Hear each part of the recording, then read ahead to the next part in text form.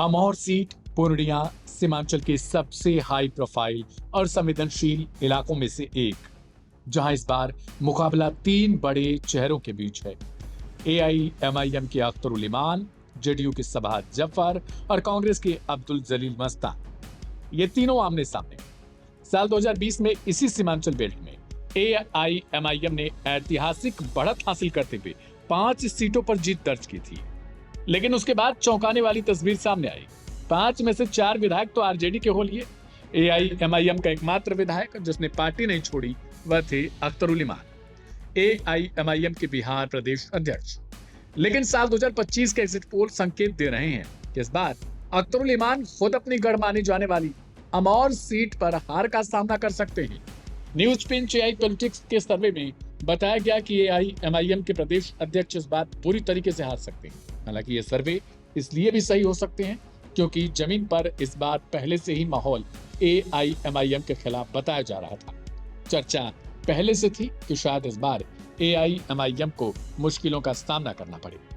बता दें कि विधानसभा चुनाव साल 2025 में सीमांचल का इलाका इस बार हर पार्टी के लिए निर्णायक साबित हो सकता है। लेकिन हैदराबाद के सांसद असदुद्दीन ओवैसी की पार्टी एआईएमआईएम, जो इस क्षेत्र को अपनी सबसे मजबूत जमीन मानती रही, उसे axis My India exit poll ने निराशाजनक नतीजे भी दिए। इस सर्वे के मुताबिक सीमांचल की 24 सीटों में महागठबंधन को 15, एनडीए को 8 और जनसुराज पार्टी को 1 सीट मिलती दिखाई गई, जबकि एआईएमआईएम का नाम शीट शेयर में कहीं है ही नहीं। वोट शेयर के आंकड़े भी बताते हैं कि मुस्लिम बहुल इलाकों में इस बार महागठबंधन ने ओवैसी की पकड़ कमजोर कर दी। सीमांचल में महागठबंधन को 40%, एनडीए को 37% वोट मिलने का अनुमान है, जबकि ओवैसी की पार्टी का हिस्सा 3% तक से मिल सकता है।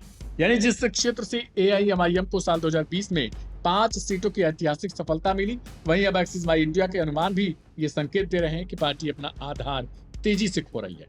सीमांचल की जनता का रुझान इस बार यादव मुस्लिम समीकरण की ओर झुकता दिखा। अब अगर ओवैसी की पार्टी के बिहार भर के प्रदर्शन की बात करें तो तस्वीर और कमजोर दिखती है। इस बार एआईएमआईएम ने 25 सीटों पर उम्मीदवार उतारे, जिनमें 15 सीमांचल की हैं। लेकिन इंडिया टीवी मेट्रोराइज एग्जिट पोल के मुताबिक पार्टी को पूरे बिहार में सिर्फ 2 से 3 सीटें मिल सकती हैं। हालांकि दूसरे कई एग्जिट पोल सिर्फ 1 सीट ही दे रहे हैं। बिहार के बाकी इलाकों में Axis My India, DV live, Janmat Journo, mirror और न्यूज पिंच एआई पॉलिटिक्स जैसे प्रमुख एग्जिट पोल्स के औसत अनुमान बताते हैं इस बार मुकाबला पूरी तरह कांटे का है। एक्सिस माई इंडिया ने एनडीए को 121 से 141 सीटें और महागठबंधन को 98 से 118 सीटें दी हैं।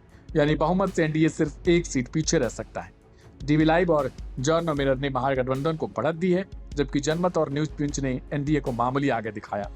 अब देखना ये होगा कि आने वाले समय में जब 14 नवंबर को मतगणना होगी तो आखिरकार ये एग्जिट पोल कितने सही साबित होते हैं और ओवैसी की पार्टी को लेकर जो भविष्यवाणी की जा रही है वो कितना खरा उतरती है। आपकी क्या राय है? कमेंट बॉक्स में हमें जरूर बताएं।